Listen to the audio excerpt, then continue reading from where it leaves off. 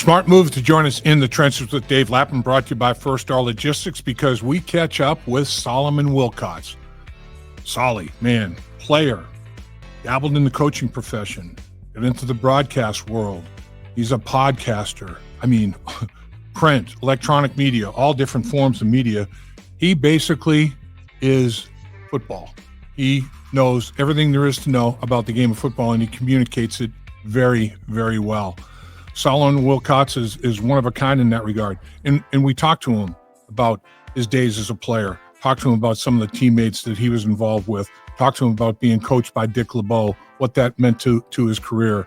And then we transitioned into the broadcast world a little bit. And we also hit the draft. We also hit the Bengals schedule. We talk everything there is to talk about this upcoming season with a guy who knows football as well or better than anybody, and that is Solomon Wilcots.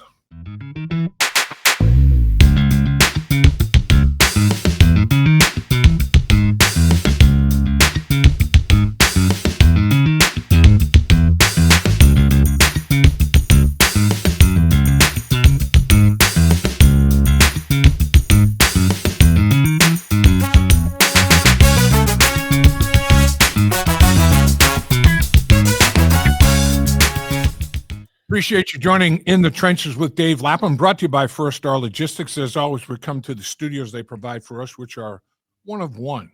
There aren't any studios any better than this. And our guest is the same. He's one of one. There aren't any guests that are better than Solomon Wilcots in terms of talking football, man. This guy is a football lifer. Played the game. Could have been a heck of a coach, man. I mean, if decided to go in that direction, I know dabbled maybe a little bit thinking about it, but and then got into the broadcast end of things and do an extraordinary job at multiple levels. I mean, print, electronic, podcasting, you name it. Solly's doing it. And Solly, we appreciate you carving time and joining us this morning, my man. Well, good to be on with you, and it's good to always talk football with you, Dave. It's really fun. I mean, I love talking football. I know you love talking football, and there's nobody I'd rather talk football with than you, because the background. I mean, you're a football lifer. I mean, the game has immense importance to you, you know, and to me, that's what it's all about. Because every kid that starts to play football wants to play at the highest level he possibly can. You know, high school kid wants to play college football. College football player wants to play in the National Football League. That's just the nature of the beast. Everybody wants to achieve at the highest level they possibly can. The National Football League just had its draft, and it's one area of roster composition, putting together a roster. You've got now in today's NFL, you have unrestricted free agency. You've got the draft, you've got college free agency, you got multiple ways to put together a roster. This year's draft, the Bengals had 6 picks in the draft. Usually they have more, at least 7. A lot of times they'll have 8 or even more than that by trade and making trades with other teams and all that sort of thing. They did not have a 7th-round pick. It was involved in the Khalil Herbert trade, and there was the draft pick involved there, 7th-round pick that the Bengals parted ways with. But 6 picks. What did you think about the draft for the Cincinnati Bengals? Do you think that they, going into a draft, every team has needs, of course, and I guess the trick is, and the Bengals have done this for years now. You put your board together, and there are needs, and if the need and the player, it's right there. You make that selection, but if the player that somehow slides to a spot where he might not be your top need, but man, you didn't think that guy would be in that spot available to you. It's like, he's going to make our team so much better. We got to pull the trigger there. It's interesting to follow the draft and how teams approach the draft. How do you think the Bengals did, Solly? Yeah, I think they did really good. I think most of it is let's wait and see, because Shamar Stewart, while he has all the talent, all the physical abilities, you were talking earlier, how much do you love playing the game? What's the desire to be really good at it, because it's going to take that for his talent and innate natural ability to translate into production. Because this is a game about production. You got to be able to produce. And you got to be able to sack the opposing quarterback if that's your job, or pressure the opposing quarterback. Yep. If that's your job. If your job is to cover on defense, that's your job. You got to be able to do that. And you have to have the metrics in the production that shows that you're doing it at a high level, particularly if you're drafted at a very high level. And that's what a first round pick is. You and I both know that. So I think that part remains to be seen. We can sit here and talk about what we expect, but this is a game where you have to deliver. And I thought last year, when you have 2 straight years of not making the playoffs, that I think you could say that it is a team that has fallen short of its goals. And to then bring players that you expect to help, who has kind of missed the mark on some of their goals. And now that, to me, is what I look at, is like, can you help your team win? When you are a rookie, or second-year player, third-year player, man, you got to find a way to help win. You got to find a way to be part of the solution and not part of what the problem has been. And the way that I explain that the best is you got to grow up quick, right? Yeah. You don't get a full year to, you guys take it out. Maybe I'll help out next year. No, you got to dive into deep end, especially if you're a first round pick. And you and I both know over the last few years, particularly defensively, where there's been a lot of high picks, it's been very spotty. And certainly the contribution and productivity, I don't think, has risen up to the expected level. And that's why I think, Luana was let go. And not that it was all on him, but you and I both know as the coach, he was tasked to get the most out of those players. Right. And it, for whatever reason, right, it didn't materialize. And now look at this year's draft. And I say, not only do those guys who have been young and kind of getting by, it's time for them to step up. But this is a rookie class that I think for the first time in maybe last 5 years or so, where that rookie class has to come in and produce right away.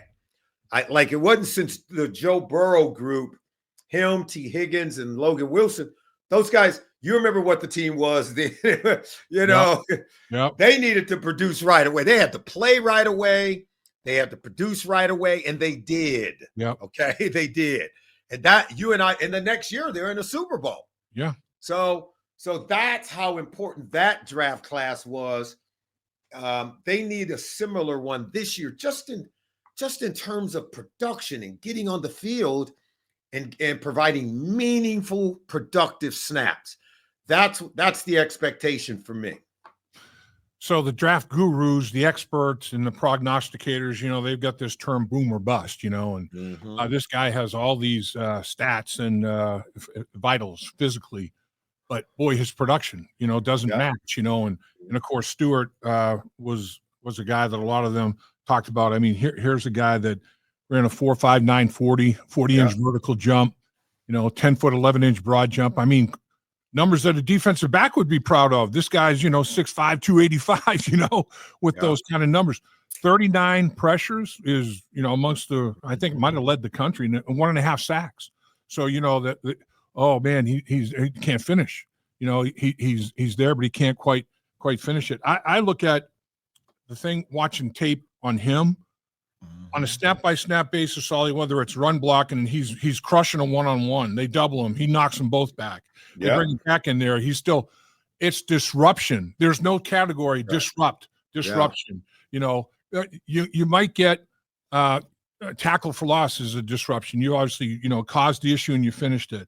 But a lot of times you cause the issue and your teammate gets the tackle for loss or gets the sack and he gets on the stat sheet and you got nothing.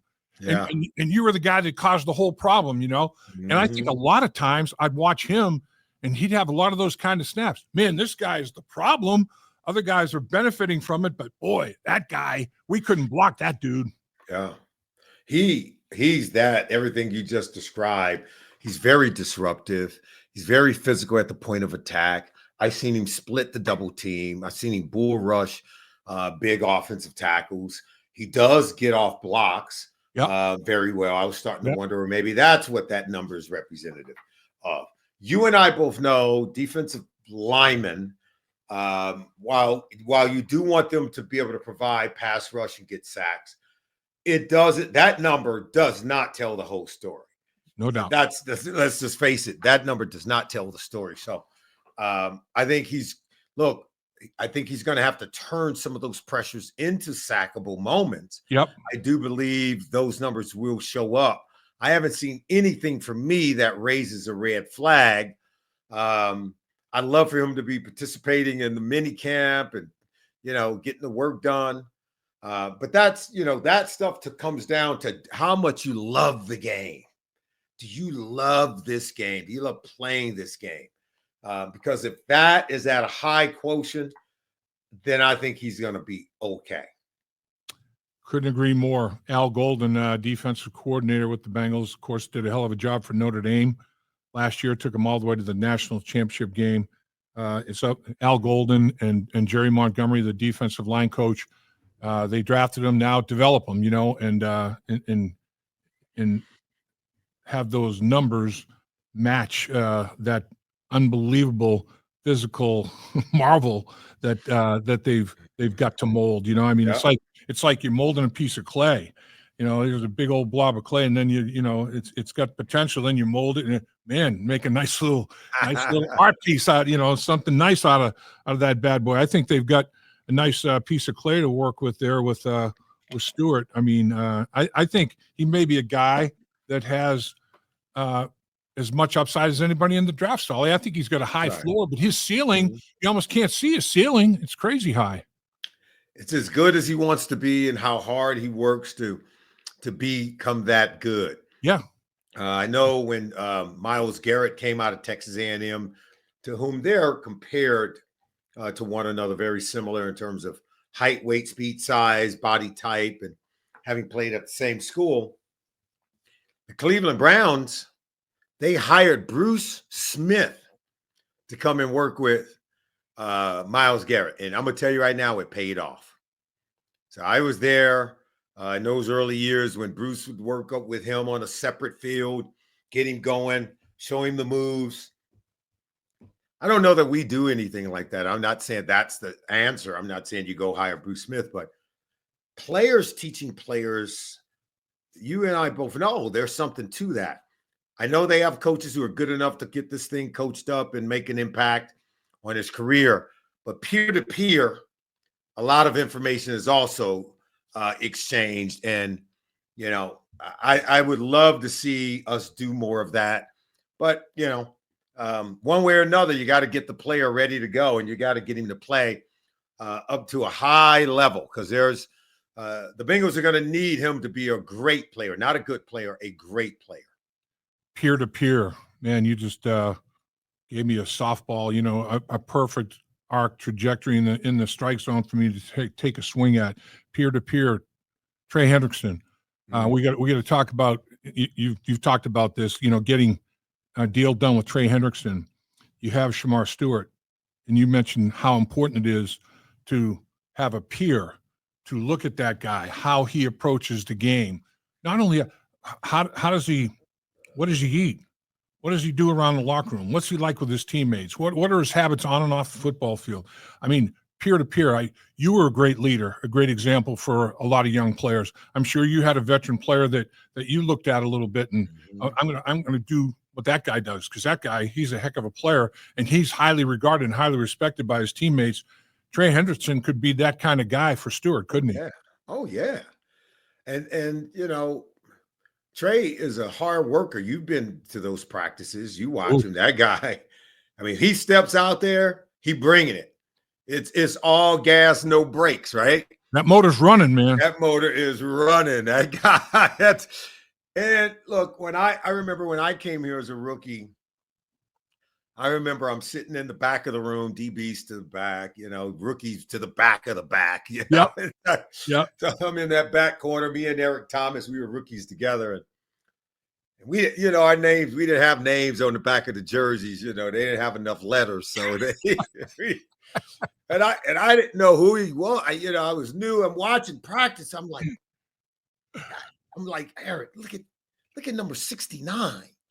Look at that guy. Like that's how you practice. Like I'm getting fired up. I'm getting goosebumps, you know. I'm like, that's how we got to practice.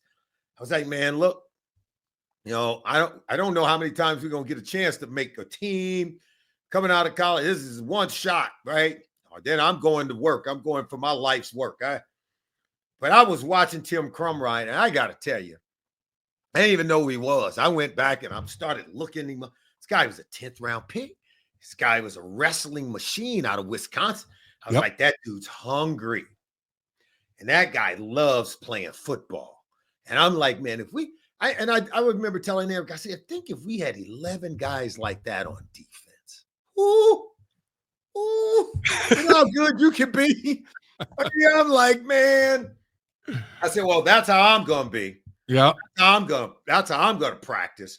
I said, I got a feeling if we practice like that, we'll be okay. And sure enough, we were okay. I mean, that's how and you know, Paul Brown, the old man, was around then. He watched like a hawk. He knew football as well as anybody I've ever known or ever seen. Yep. He knew when you were giving it up and when you weren't. You couldn't fake him in a practice. He knew who was out there practicing hard and who wasn't. So you might as well give it your all. And it's something about seeing someone else do it, one of the veteran guys, that gives you, as the young player, gives you permission to do it. You see? Yep. And what I saw Tim Crumrine do, the green light went on. The green light went on. And it never went off. Yeah. Okay. Yeah. And that guy, look, I remember one practice, they had to cart me out of there. They had to bag me. I was a 2-bagger. I was cramping up so bad they had to get 2 IV drips in me. Man. And I remember Dick LeBeau was like, hey, you were going at it pretty hard today. Now we need you ready for the game now. Right. But you know, it was hot and humid in Wilmington, Ohio. Oh, yeah. You know that. And I only knew one way at that time. I saw Tim Crumrine, I lost my mind. So he was that for me, and I'm sure Trey Hendrickson is that way for younger players. And I do believe that there is these certain traits that the really special players have. Yeah, he's got more sacks than anybody else in the game over the last 2 years. Yep. He's got a higher percentage of the pressures for this team than any other player in the league has the percentage of pressures for their team. What else does he need to do? I'll tell you what else he does. The guy's a hard worker. He's very much coachable. Yep. He tries to fit into the framework of the team. He puts the team first, not himself. Last year when he came to training camp, they asked what he wanted a new contract. They asked him, why are you here? Because I believe we got a chance to win a Super Bowl. I don't want to be the reason why we don't do that.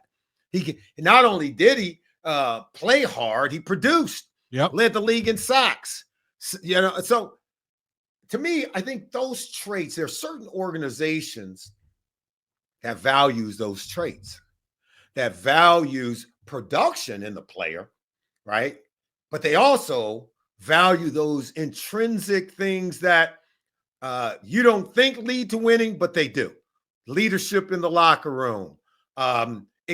They lead by example with how they practice and how they prepare, right? They lead because they're good people in the community, right? Yep. All of those other things, kind of like what Andrew Whitworth was when he was here. I don't know that we value that in Andrew Whitworth because he leaves here and he plays 5 more years for the Rams. Not only that, he wins the NFL Man of the Year award. I mean, come on. So he's a contributor to his community. I mean, we can talk about all these things as if they're important and say, hey, you should be going for your life's work. You should be doing all these things. Well, if you're not going to reward it, then don't say anything about it. And if you don't deem it to be important or valuable, then be careful about the kind of people that you're bringing into this city. Yeah. And calling them football players, because they also have to be good citizens too, right? And you should be valuing that. And when it's time to decide who you keep and who you let go, that's got to be on the scale. It should be weighed. It should be measured. I don't think it's even a question that's the kind of player you should do everything you can to keep. And I think they do. I'd be stunned if they don't sign Trey Hendrickson. I think that I'm not saying that it's going to be early in training camp, but it might be pretty close to the regular season opener. But they're going to say, Trey, look, like you said, Solly, 17.5 sacks led the league last year. 35 sacks, 17.5 sacks 2 years in a row leads the NFL as well. Over the last 2 years. Over the last couple of years, 35 sacks over the last 2 years, that's leads the league. Yeah. 17.5 in 1 year leads the league. The other year it didn't, but combined 35. Combined over the 2 years, he's the most productive pass rusher over the last 2 years. Yeah, absolutely. And led the NFL last year with 17.5. So 2 year total, 1 year performance. Led the league in both of those. You don't let a guy like that go. You don't develop a guy. And more importantly, you don't let them become disenchanted with I do think there's a way to do business where you don't there's a lot of people watching. Other players are watching. Right. And if that guy's a leader now, what you do, you can, it's kind of like having a good wife. She's a good wife. Well, you better keep treating her like she's a good wife, right? You don't want to turn a good wife into someone who's no longer a good wife, right? You want to continue to cultivate and nurture relationships that are good, and then by example, other players are watching. Well, if they'll do that to Trey, and it exacerbate things. I will share with you that there's a cost to pay for the disenchantment, for the brinksmanship. Let's just talk about last year, right? There's no doubt. I was at the game. I was at Paycor Stadium when they played week 1 against the Patriots. It was a team that was not emotionally ready to play. It was a team that was not up in the bit, that wasn't energetic. I thought the team morale was low. I thought it cost them a game against the Patriots. And you know what? That was the one game they needed to make the playoffs. They were one game out of the playoffs. Right. So I do believe that we always know the players' responsibilities to perform well on game day. We know the coaches' responsibilities to prepare the players to perform on game day and give them a game plan. I think it's the organization, because everything starts from the top down, just like in the military. If you talk to any military general or admiral and you ask them what's the most important thing in this battle, you know what they'll tell you? The morale of the troops. They don't say to have more guns than the other, to have more talent than the other. They don't say the having high ground is important as opposed to being in the valley. But the morale of the troops is by far the most important thing. And that's what, at the top of the organization, that's what should always be top of mind. I played for other organizations. The good ones, that's something they emphasize. They understand it. They don't have to go around talking about it, but they make sure that when those guys go out, they're playing hard for the city. They're playing hard for the ownership group. They're playing hard for the coaches, and they're playing hard for one another. The preparation to get to that mindset starts at the top of any organization, no matter what industry you're working. Very true. And Trey Hendrickson fits all those things. Yeah. And we talked about a motor. Trey Hendrickson, love him. He's always got it shifted in overdrive, man. That motor's always going overdrive. And guys like that perform, that lead the league in for 1 year and 2 year time frames, the league leader in quarterback sacks. You've got to reward that. You've got to keep that. You got to nurture that. You got to let other players know we're taking care of guys that do this kind of thing. You should aspire to do what he's doing, because if and when you do, you'll be taken care of as well. There you go. It's a model, right? Yeah, model, and exactly. And he's. I do think they're going to put a bonus his way that it will bring him up into the $32-33 million range. He's at 15.8 I've read, 16.2 I've read. Let's just take it right in the middle at 16 million. So give him another 16, bring him up to 32 in terms of a bonus. Yeah. And then as the salary increases, the bonus money decreases, and you keep him at that $30+ million range for 3 years and call it a day and get him signed to a multi-year extension, because this dude is the real deal, man. He's a good leader. He will be good for Shamar Stewart and some of the other young defensive linemen. Yep. And then within a 3-year period, you're talking about a transition. And you let them know, hey, these 3 years is going to be it now. And you're going to be a Bengal for life, no matter what happens, no matter what, but you let them know it's okay to have those kind of conversations. Those are big boy conversations. Well, somebody's got to have it, and it's got to be done in the right way. That's what leadership is, right? That you're out in front of it, lead. You're out in front of it, not reactionary, not behind it. And you can see that their problems tend to crop up when you're not out in front of it. And I think to be able to do that with him and with all your players, to be honest with you, I think is very important. I think your analogy, though, between how he approaches the game and Crumry is very, very sound. It's like they're going to go. Yeah. They're going to go. Yeah, that's right. And they're not asking for permission. No. Snapping the ball to the whistle, man. It's go time. That's right. It's go time. All right. So overall, you feel like they addressed needs in the draft? I mean, felt like they had needs in the interior of the offensive and defensive line that they seemed to address, and those were big to address? I think they did good. They, Dylan Fairchild, they needed to add some players in free agency and the draft, right, on the interior part of the offensive line, because we just have to get better there. Right. I think other teams know this about us. I think we know it about ourselves. Joe Burrow has to be comfortable up the middle. He's not bothered by pressure off the edges. He's not, because he's going to climb the pocket. And I think, Dylan Fairchild, I mean, let's see if he's going to be that guy, paired with some of the other pieces added in free agency. Let's see if that is going to be the one that sticks, because we need someone to really do well in the middle of our offensive line. Defensive line on the interior, TJ Slayton, BJ Hill, and then we drafted guys, as you well know, last year on the interior part of the McKinley Jacksons of the world, the Chris Jenkins. These are the guys that have been drafted that now have to come to the forefront, like what we have talked about before. If those guys play well, the Miles Murphys, if they play well, I'm talking front end guys, the guys in the secondary who have been drafted high, but now we've been waiting. 2025 is the year.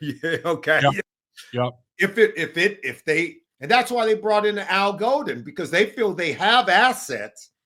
They just need it to flourish.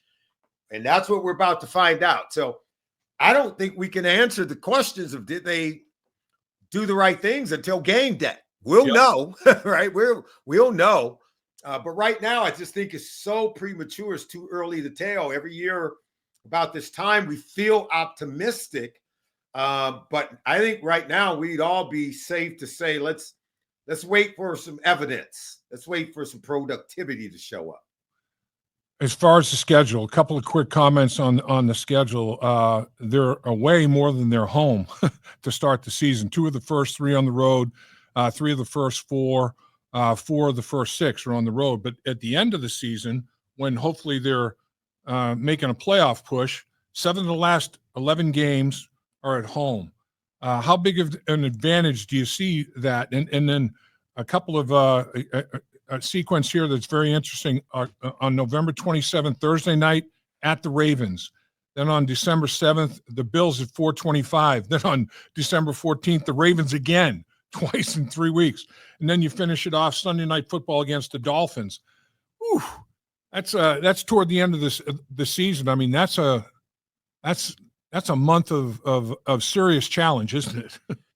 It is. I will say this. If you go look at the teams that the Bengals have had when Joe Burrow is the quarterback, he has these stretches where he goes on runs, right? He did it in 2021, did it again in 2022. 2023, he was ready to go on a run. Then he got hurt. Remember that game against San Francisco where he's dealing? You could tell he's about to, it's like it's about to click. Yeah. And then he gets hurt, and then, that did it, right? And then last year, for whatever reason, that Dallas game kind of one bounce of the ball, then he hits Jamar. We got out of there with a win. They went 5 in a row to close it out, right? He's that kind of machine. He's that kind of guy. He's like a Tom Brady. He's like a Peyton Manning. They know how to put wins together in bunches. That's what is going to have to happen. I just hope it happens sooner in the season than in the middle or at the end of the year. And finally, Solly, on Thanksgiving, second time the Bengals play on Thanksgiving. They did it in 2010 against the Jets. They do it in that Thursday night game against the Ravens. They also play the Steelers on a Thursday night. So the networks know the AFC North is a division that is got some talent and a division that the fans want to take a look at. Those two games are going to be big, determining the final outcome of the season, aren't they? I think the Bengals Ravens scored a combined 148 points in their 2 games last year. Wow. I didn't realize that. Yeah. I mean, that's almost 150 points. That's like almost 75 points per game combined by both teams in each game. Yeah, they were incredible. And Lamar is that kind of guy. You know, the Ravens have won roughly 80% of their games when he's their quarterback. 80% of their games. That's an incredible number. It is. You know, 80% of the games when he's their starting quarterback now. So those are 2 guys that you want to see on the field against each other going at it. Because both of those games last year was a shootout between Lamar and Joe. And then obviously Pittsburgh, we don't know who the quarterback's going to be, but if it is Aaron Rodgers, you can bet your bottom dollar that's going to be must-see TV. It'll probably be the only time we see those guys play against each other again, considering where Aaron is at in his career. So AFC North is still must-see TV, but we're playing, I think, against the equivalent to what the AFC North is to the AFC. The NFC North is the same thing, and we're going to play all of those teams: Detroit, Minnesota, Chicago, and Green Bay. Yep, and gave me another softball, Solly. The September 21st, they play at Minnesota. Then the Bengals have the Broncos on Monday Night Football, back-to-back at Minnesota. Then you got the Broncos on Monday night out in Denver. Then you get the Lions at 4:25. Then you get the Packers at 4:25. I mean, 3 NFC North teams in a 4-game stretch. And by the way, the other game is the Broncos out in Denver on Monday Night Football. What? Hey, I'm just telling you right now, that's a death trap. Woo.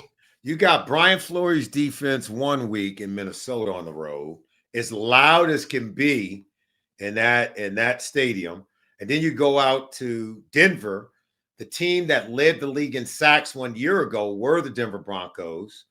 We remember what it was like to play against them, and my good friend Vance Joseph, the defensive coordinator there, he's going to be laying and waiting because we just beat them, and he wasn't happy after that game. Right. Yep. So he's got us in the crosshairs a little bit. So that's a dangerous little. I look at these defenses, and then I ask myself, do we have a good enough running game to beat them? I know Joe Burrow and Jamar Chase and T will be okay. Yep. You got to have a good enough run game now to balance that out. And I thought Chase Brown was doing that. He got hurt in the Denver game, as you well know. And then that's when things kind of went stale for us offensively.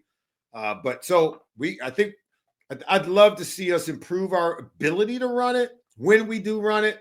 I'm okay with Joe and Jamar to lighten it up. But you and I both know there's come some times on the road where you've got to keep the ball away from the opposing team, take the crowd out of it. A lot of that has to do with your ability to run the football. The Cleveland Browns, the Bengals, for the 10th time, open in franchise history, opening a season with the Cleveland Browns. And 2 times in the last 3 years, open with the Cleveland Browns, close with the Cleveland Browns. Division rival, open the season, close the season. You played against the Cleveland Browns many times, Solly. I mean, that's a challenge right there, isn't it?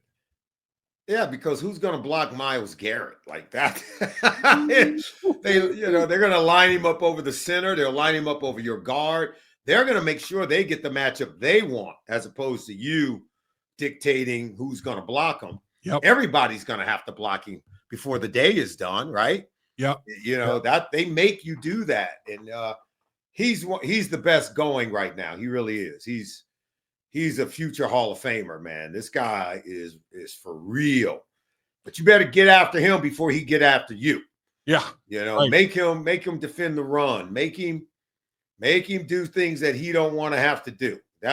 And play with a lead. You're more than generous with us with your time. Certainly do appreciate it. As I said earlier, you are the guru, man. You are a football lifer. Appreciate your thoughts about everything football. You are the best, Solomon Wilcots. Appreciate you guys. Take care. All the best, and we'll see you soon.